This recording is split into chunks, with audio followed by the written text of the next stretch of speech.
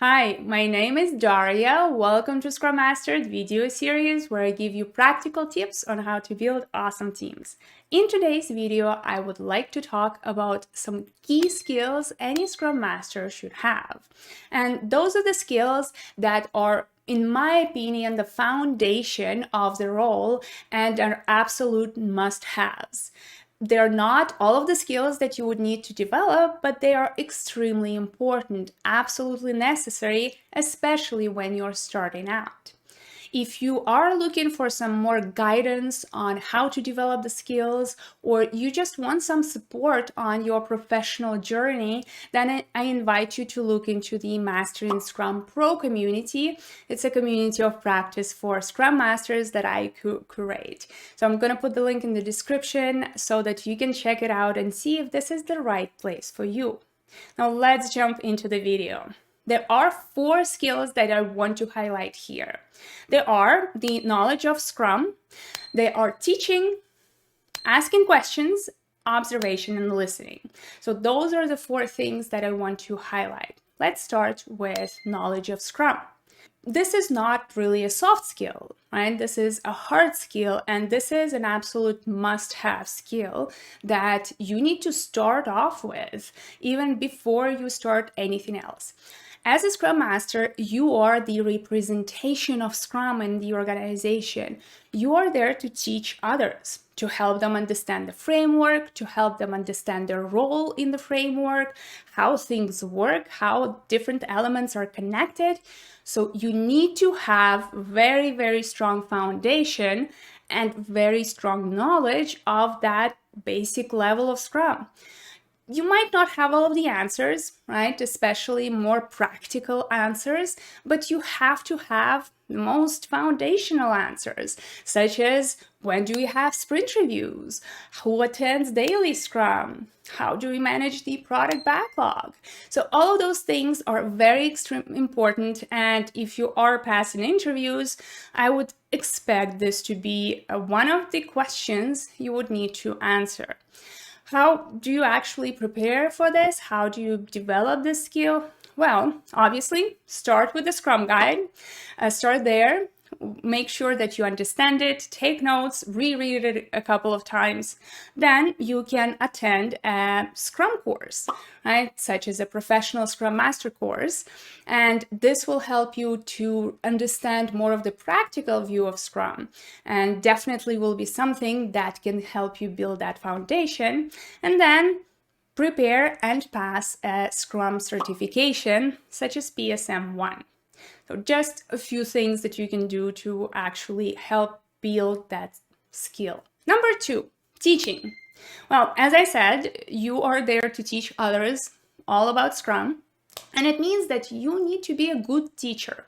Maybe not the best teacher ever, right? But you just need to be able to explain complex concepts in simple ways, right? It's good if you have some tools or practices that you can use, such as visualization or maybe organizing information in a simple manner.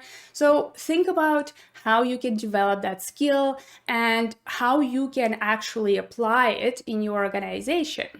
The best way to actually work on this skill is practice. So maybe you can look into running a couple of sessions, learning sessions for your colleagues on Scrum. And that way you can start building the teaching skill. Number 3, observation and listening. Because you are there to not only teach others, but you're there to also understand the context, understand what is happening in the organization, and conduct an unbiased investigation before you start thinking about potential improvements. So you need to be able to observe and listen and stay unbiased.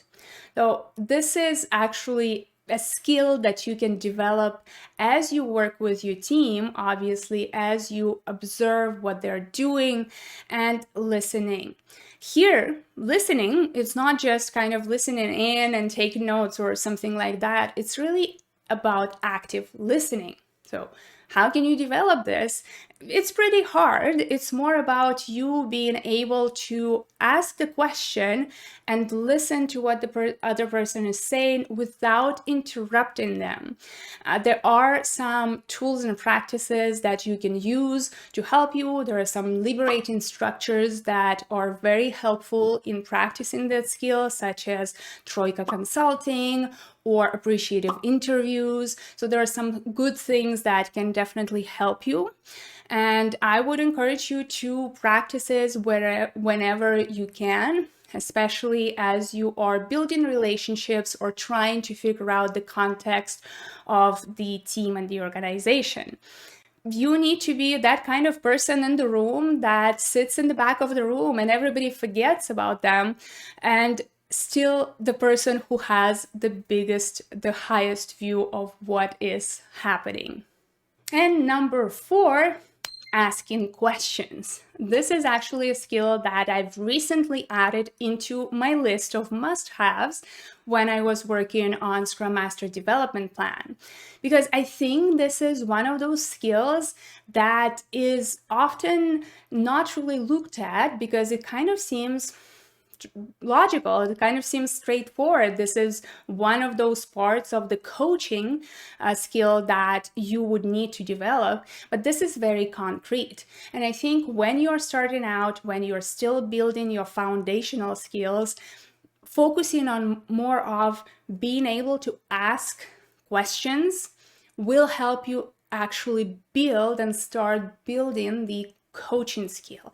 So what do I mean here? I don't mean asking simple questions that you can prepare in advance, right? Such as, what is your pain point, or what is our sprint goal for the sprint? But actually figuring out times, opportunities, coaching opportunities where you can ask a question to help the team actually go in the right direction. And it is pretty vague, it's difficult to explain, but a couple of examples could be, say, you asking, how confident are we that we can achieve this sprint goal given our history in the past few sprints, if you know that your team has a tendency to overcommit and you actually see the team kind of going in that direction during the sprint planning. Or maybe just jumping in and saying, is this the right moment to talk about this? Should we put it outside of this meeting? Who do we need to involve, and what would be the most valuable way to have this discussion when someone is maybe taking the team in completely wrong direction during the meeting and discussion? Now, just a few examples to show you what the asking questions is, but it is an important skill, and I would encourage you to look into powerful questions and some of those things, some of the questions that you can ask from the list of different powerful questions, and find maybe places or opportunities during your meetings to ask those questions, and that will help you develop that skill. So that summarizes the 4 skills that I wanted to highlight here. And those are just the 4 skills. And they are must-haves, in my opinion. They are the foundation of the Scrum Master role. This is where you can start. So if there is a skill that you're not truly comfortable with yet, I would encourage you to work on one of those. And when you actually start feeling much more comfortable, you feel that you have mastered that skill, then you can start looking into other skills, other core skills that you would need to develop, but start with those first. Just to remind you, knowledge of Scrum, an absolute must. Teaching, also a must really here, that I would definitely recommend. Observation and listening, you can't really work with a team without it. And then asking questions. This is something that will help you be more successful from the very start. I hope you learned something new today, and if you did, give this video a thumbs up and subscribe to this YouTube channel. If you are looking for guidance, just a reminder, check out my community of practice for Scrum Masters. Mastering Scrum Pro, I would be happy to see you there, as well as check out some guides I have in the Scrum Mastered store. I hope to see you next time. Cheers and Scrum on!